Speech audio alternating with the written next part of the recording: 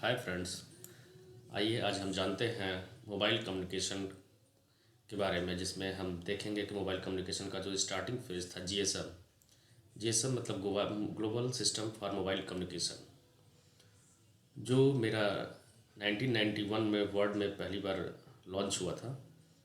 इसमें हम देख रहे हैं पिक्चर में, जैसा कि एक मोबाइल टावर दिख रहा है, एक जीएसएम एंटीना है, माइक्रो एंटीना है, मोबाइल है, लैपटॉप है। मोबाइल लैपटॉप यूज़र हो गए।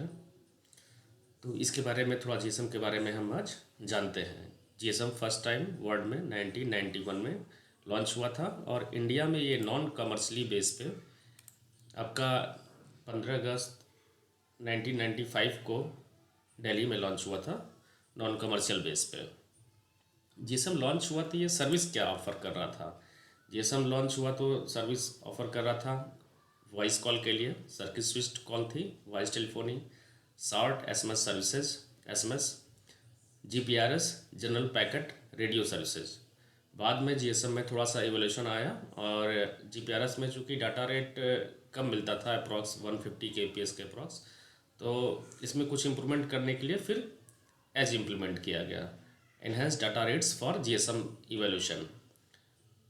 इसमें हमें स्पीड अप्रॉक्स 380 केपीएस के लगभग मिलती थी। जीएसएम के लिए हमें बैंड कौन सा अलॉट हुआ था? जीएसएम के लिए बैंड अलॉट हुआ था 900 बैंड, जिसका बैंडविड्थ था 890 से 1915 मेगाहर्ट्ज अपलिंक के लिए, 935 से 960 मेगाहर्ट्ज डाउनलिंक के लिए।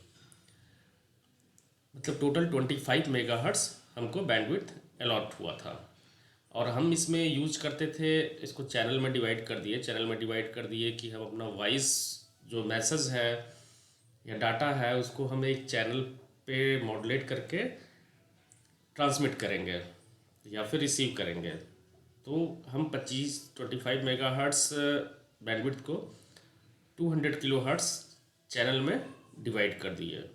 Means total number of channel जो फॉर्म हुए 25 मेगाहर्ट्ज में डिवाइड बाई 0.2, मतलब 125 चैनल हमें मिले, 0 से लेके 124 तक। इसी तरह बाद में फिर 1800 बैंड आया, जो उसकी बैंडविड्थ 1710 से लेके 1785 मेगाहर्ट्ज अपलिंक के लिए, और 1805 से लेके 1880 मेगाहर्ट्ज डाउनलिंक के लिए। इसमें हमको टोटल बैंडविड्थ मिली 75 मेगाहर्ट्ज।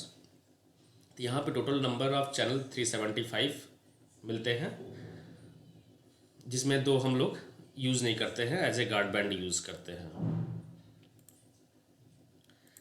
अब जीएसएम में जो हमें फ्रीक्वेंसी मिली, जो चैनल मिले, उसको हम कैसे यूज़ करें कि हम बेहतर यूज कर सकें, उसमें ज़्यादा यूजर्स हो सके और इंटरफेरेंस कम हो। तो उसके लिए जो एक्सेस टेक्नोलॉजी होती है वो एफडीएमए और टीडीएमए यूज होती है। एफडीएमए मतलब frequency division multiple access, and TDMA time division multiple access.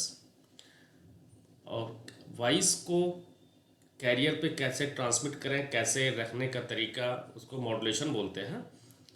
GSM में मॉड्यूलेशन यूज हुआ फर्स्ट टाइम जीएमएस के modulation, Gaussian minimum shift keying.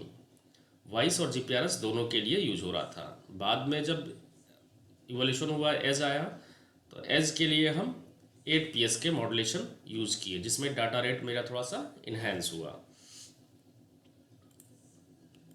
थोड़ा सा एफडीएमए और टीडीएमए के बारे में और जानते हैं।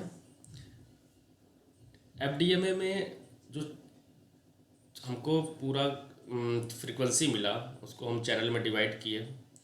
एक एक चैनल हम एक एक यूज़र को दे रहे हैं या एक सेल को अलॉट कर रहे हैं। तो ये हो गया मेरा एफडीएमए टेक्नोलॉजी। टीडीएमए में क्या होता है कि हम एक चैनल को टाइम डिले कर करके हम उसको 8 टाइम स्लॉट में डिवाइड कर दिए। हम डाटा अपना थोड़ा थोड़ा डिले करके भेज रहे हैं, तो हम साइमल्टेनियसली एक चैनल 8 यूज़र को डिवाइड कर दे रहे हैं, शेयर कर दे रहे हैं। तो ये हो गया मेरा टीडीएमए टेक्नोलॉजी। टीडीएमए टेक्नोलॉजी में हम फ्रीक्वेंसी का यूटिलाइजेशन और अच्छे तरीके से कर रहे हैं, और उसमें मेरा यूज़र भी बढ़ जा रहा है। तो हम जीएसएम में एफडीएमए और टीडीएमए दोनों टेक्नोलॉजी यूज करते हैं। हम एग्जांपल देखेंगे।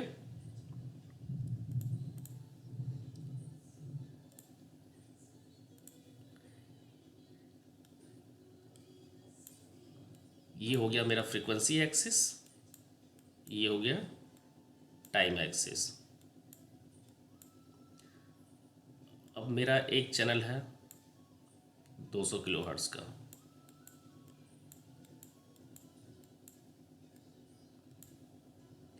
अब ये कंप्लीट हम दे दिए एक यूज़र को, जितना मेरा 25 मेगाहर्ट्ज़ मिला हुआ उसको डिवाइड कर दिए, ये दूसरे यूज़र को मिल गया 200 किलोहर्ट्ज़।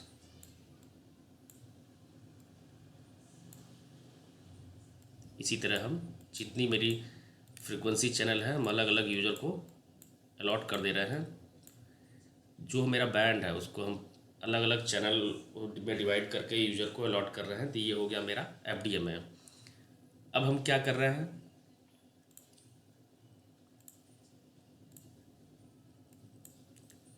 TDMA में क्या कर रहे हैं।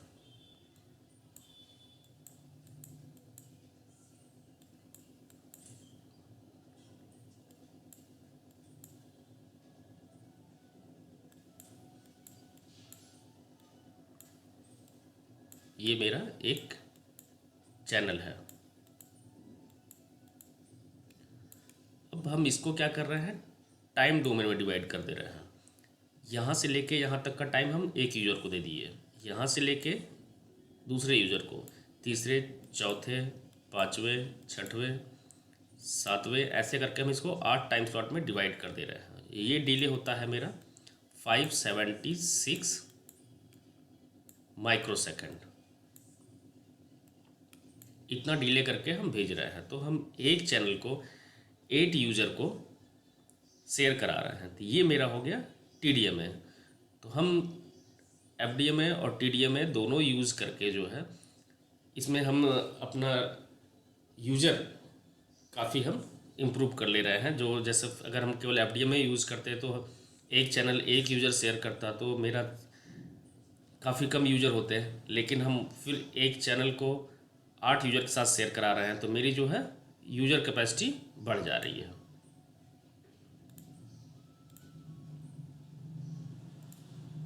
अब हम आते हैं GSM आर्किटेक्चर के बारे में।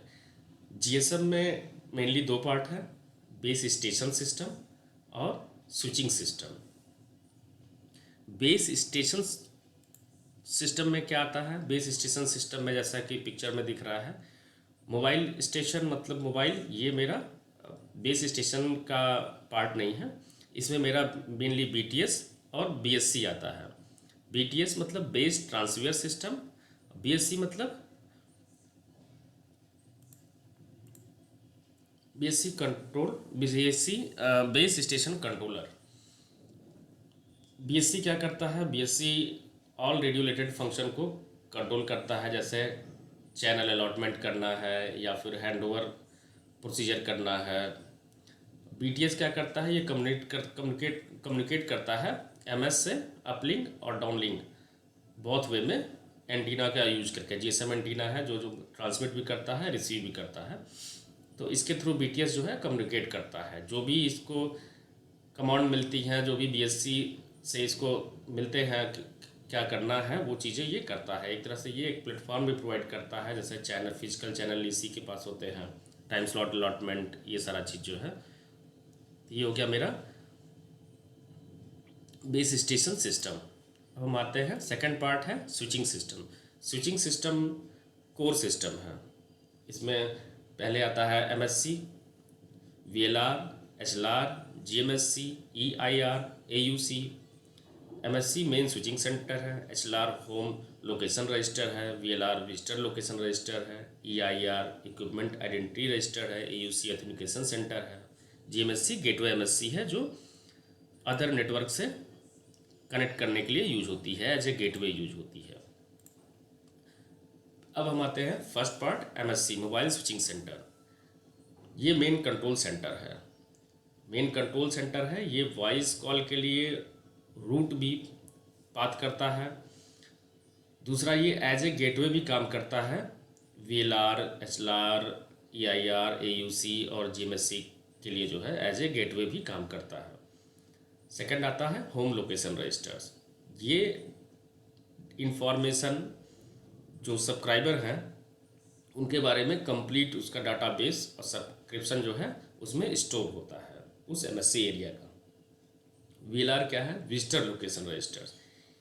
ये भी डाटा और इंफॉर्मेशन सब्सक्राइबर का स्टोर रखता है, लेकिन करंट प्रेजेंट एरिया, जैसे कोई एक सिम इशू हुआ मेरा एक एरिया से, एमएससी एरिया से, तो उसके एचएलआर में उसका इंफॉर्मेशन सारा स्टोर रहेगा। लेकिन वो यूजर चला गया किसी अदर सर्किल में, तो उसका जो भी इंफॉर्मेशन है वो वीएलआर से डिलीट हो जाएगा। वीएलआर में केवल वही सब्सक्राइबर का इंफॉर्मेशन रहेगा जो करंटली उस एमएससी एरिया में है, जिससे वो वीएलआर जो है, वीएलआर जिस एमएससी से कनेक्ट है।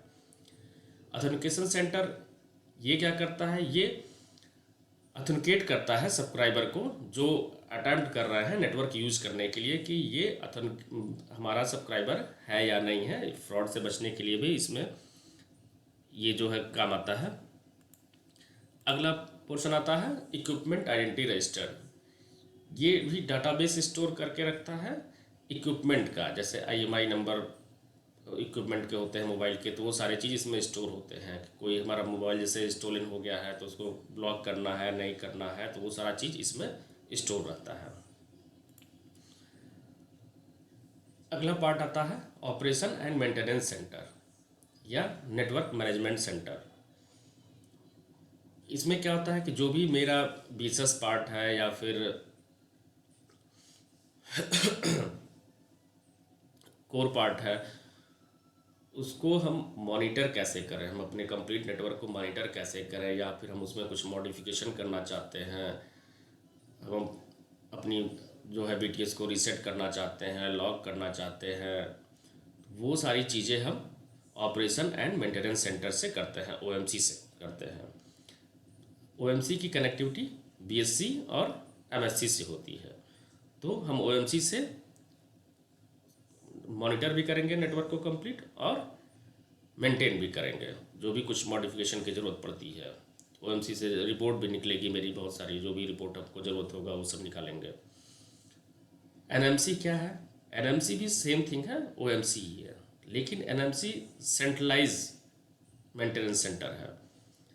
हम एक एमएससी में एक ओएमसी लगा दिए या दो ओएमसी लगा दिए, ओएमसी की अपनी अपनी कैपेसिटी होती है, लेकिन अगर हम सारे ओएमसी को एक जगह से मॉनिटर करना चाहते हैं और एक्सेस करना चाहते हैं तो हम एनएमसी लगा देते हैं। ये सेंट्रलाइज्ड है, लेकिन फंक्शन जो काम ओएमसी का है वही काम एनएमसी का भी है। ये भी मॉनिटर करेगा नेटवर्क को और ज़रूरत पड़ी मेंटेनेंस की तो मेंटेन करेगा। हम सर्विस एरिया के बारे में आते हैं। पीलेमन एरिया। पीलेमन एरिया क्या होता है कि एक ऑपरेटर अपना जहाँ तक वो सर्विस प्रोवाइड कर रहा है, जीएसएम सर्विस ऑफर कर रहा है एक कंट्री के अंदर, तो वो कहलाता है पीलेमन एरिया। एक कंट्री में बहुत सारे पीलेमन एरिया हो सकते हैं, जैसे वोडाफोन का अलग, एयरटेल का अलग, बीएसएनएल का अलग। फिर एक पीलेमन एरिया के अंडर में बहुत सारे एमएससी होंगे, तो जो एक एमएससी के अंडर में एरिया आता होगा, जो एक एमएससी जितना एरिया कवर कर रहा है उसको बोलते हैं एमएससी एरिया। फिर एक एमएससी के अंडर में एक एमएससी भी आ सकता है, दो एमएससी आ सकता है, या चार पांच एमएससी आ सकते हैं। तो एक बीएससी के रिगार्डिंग एक बीएससी एरिया हो गया। अब एक बीएससी के में जो है हम एक लैग चला रहे होंगे लोकेशन एरिया, या फिर दो लोकेशन एरिया चला रहे होंगे, या वो डिपेंड करता है बीएससी की कैपेसिटी के ऊपर, तो वो फिर लोकेशन एरिया में डिवाइड हो जाते हैं। फिर एक लोकेशन एरिया में मेरे बहुत सारे बीटीएस होंगे, बहुत सारे सेल होंगे, तो एक सेल का जो कवरेज एरिया है, जो मोबाइल एक्सेस कर रहा है, किसका कवरेज एक्सेस कर रहा है, तो वो कहलाता है एक सेल का एरिया। एक सेल जितना एरिया कवर कर रहा है वो कहलाता है मेरा सेल एरिया। तो बेसिक यूनिट हो गया मेरा जो है सेल एरिया। अब जानते हैं इंटरफेस। एमएस बीटीएस से कम्युनिकेट करता है, तो ये एयर इंटरफेस है, इसको बोलते हैं हम लोग यूएम इंटरफेस।